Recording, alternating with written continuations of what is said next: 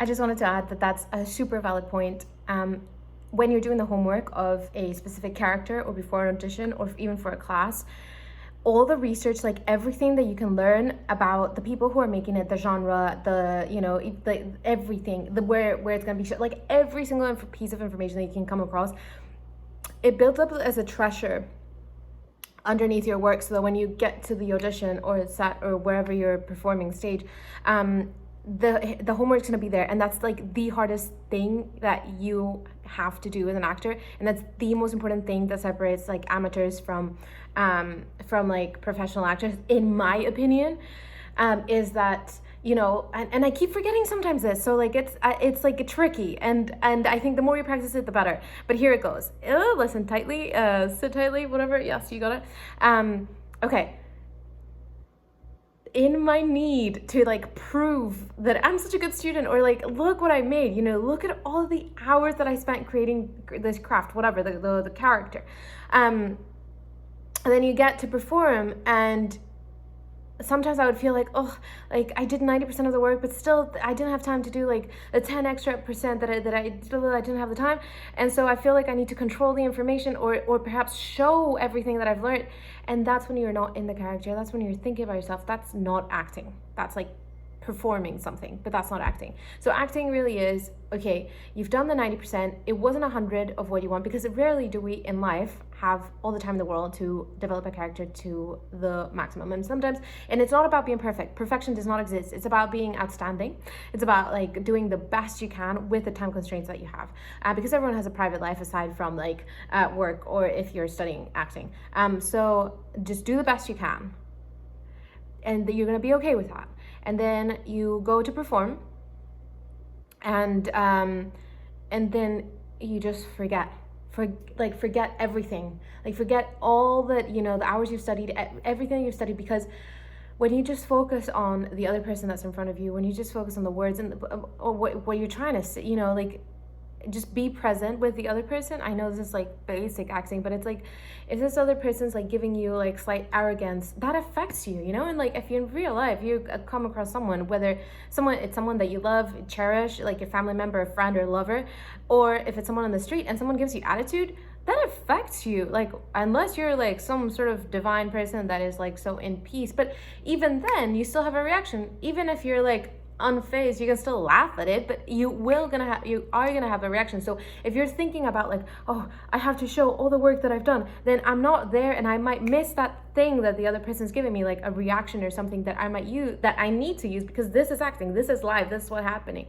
So when I focus on the other person, because that's what happens in real life, right? Because if I'm talking to you, and then I just think that you're the most interesting person in the world, I think that makes me as an actor very interesting, because I'm real, you know, I'm just there, I'm human. That's what we're doing. If someone's like super self-conscious, it's a bit like jarring, because you're like, what's going on? Like, chill, like get over yourself. Like you know, everyone thinks that they're the most important person in the room, but at the same time, it's like the other person is always the most important, the most important person in the room. Like in real life, if someone's speaking to you, you can forget that you're here, unless it's like a first date and then you're super conscious. But then that's not like so, well, you can portray that in acting, of course. But I would say that you know, if my dad's talking to me, then I'm like, you know, I'm listening to every pause that he makes, you know, the way he looks, where does he look, like, does he have a deeper meaning? What does he want from the situation? What does he want from me?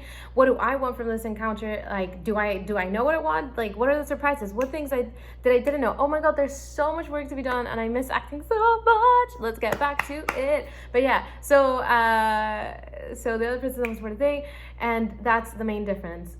Forget about the homework. Like, you've done it.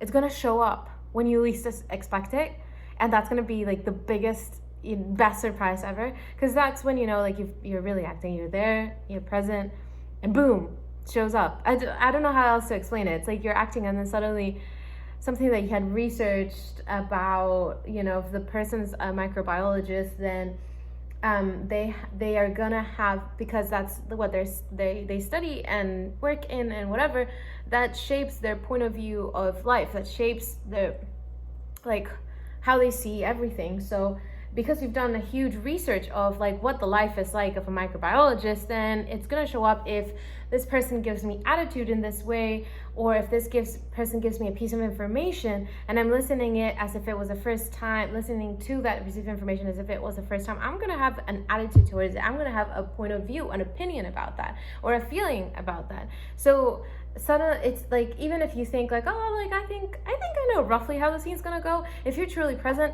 one scene you might laugh, one scene, well, you know, next time you do the scene you might cry. Usually when you're doing theater, it kind of like tends to stay in the same realm, because you're like practicing so much, and then like it's different, but it, you know, and also you have to listen to what the director wants from you, like what's the overarching story and how your scene fits in the story and the journey that the audience sees, so be aware of that.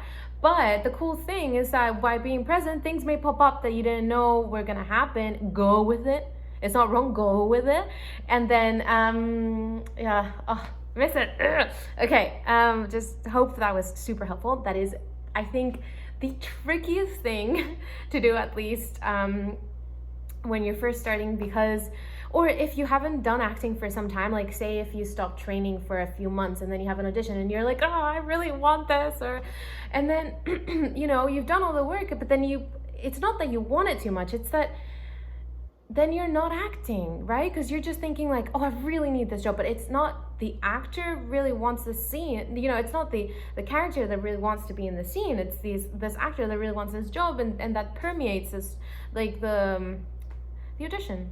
It feels really weird talking about this, but I really just want to help, because as I mentioned, like when I was growing up here, like I didn't really have that much access to training here. So I just want to make sure that anybody that has Wi-Fi can access these really important, I think they're key things that have then a huge impact. And practice like all the time. I say this, it's so easy, but like truly, you know, like as a musician, then you have to like practice your scales as a singer as well. As an actor, however, I think it's reading scripts. It's going to, well, you can't see plays right now, but like you can watch movies, see what other actors they're doing.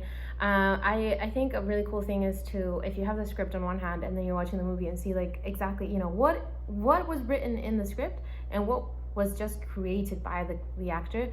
And another important piece of information I wanted to say, like a misconception I had when I first started acting, I didn't know anything. I thought that the director was going to tell me what I needed to do, and like so wrong, because actually you're an artist, okay? You've done your research, you know the character's world, the wants, the desires, you know, you analyze the scene, you know, another cool question when you're analyzing a scene is like, what piece of information do you know at the end that you didn't know at the beginning? You know, there's always an arc, even in the smallest scenes, you change. There's a reason every character, you know, there's a reason you're in a scene, because you're gonna change. You're growing, everyone's changing all the time. Anyway, so the point is that you've done all your research. You see that, you know, in your physicality, your character moves different than you would as a person. And your voice might be different, you know. You might want to talk up like this, like some people talk like this, other people talk like this, so and that's just who they are.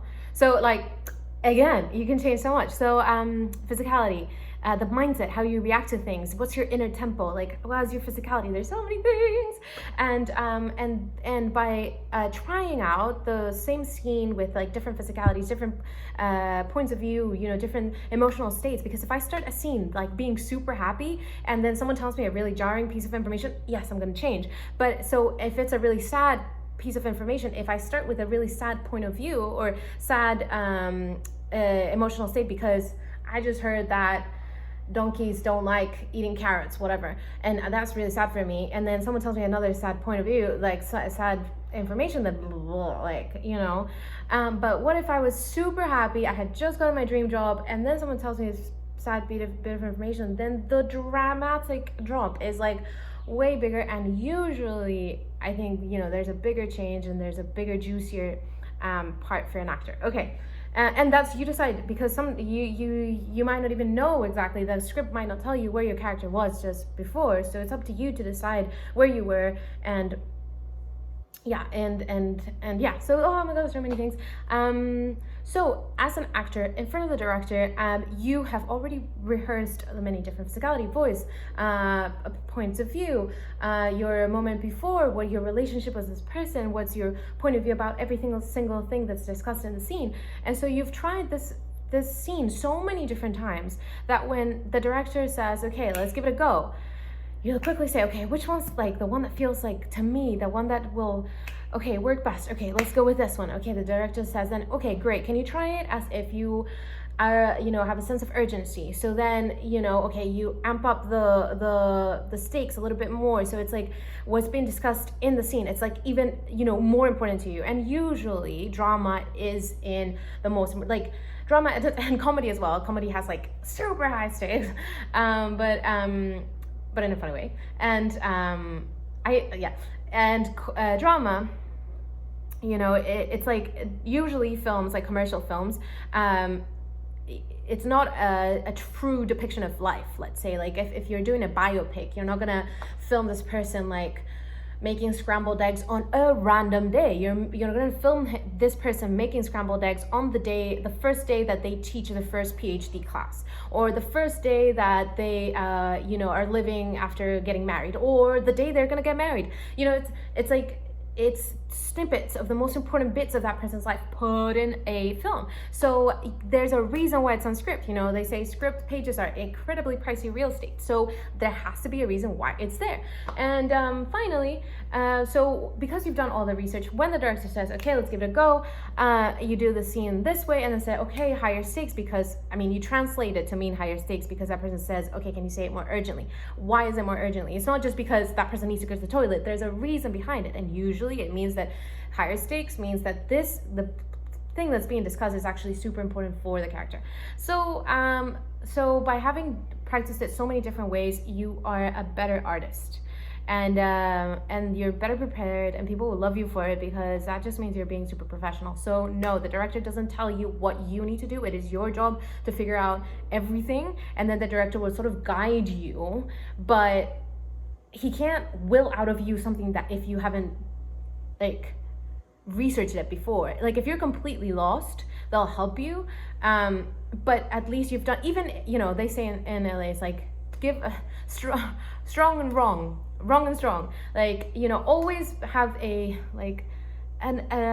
formed perspective and a formed work when you go present it. So even if it's wrong, it's still a good piece of work. The director might be like, that was totally not what we had in mind, and you'll be like, oh, I screwed it up, whatever, why didn't I see it was this other time? But if you did a good acting work, okay, you didn't do the appropriate choice. And if the director like super believes in you or super wants you to be in it, they'll guide you towards what they're looking for.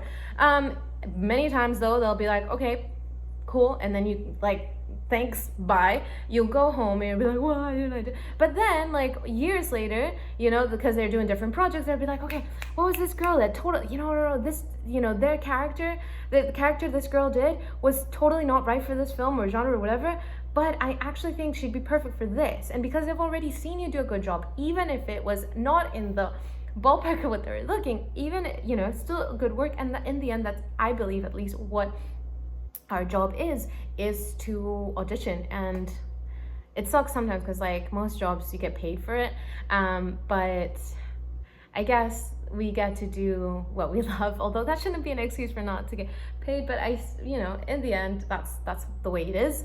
And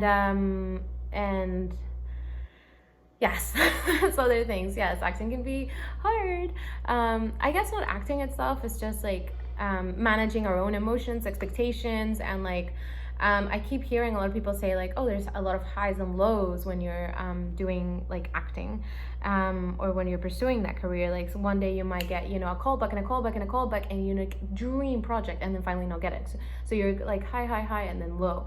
So it's just we'll address that some other time, because I'm sure that's packed, and I actually don't have enough, like, I'm just starting, so I would love to have someone else's perspective on this.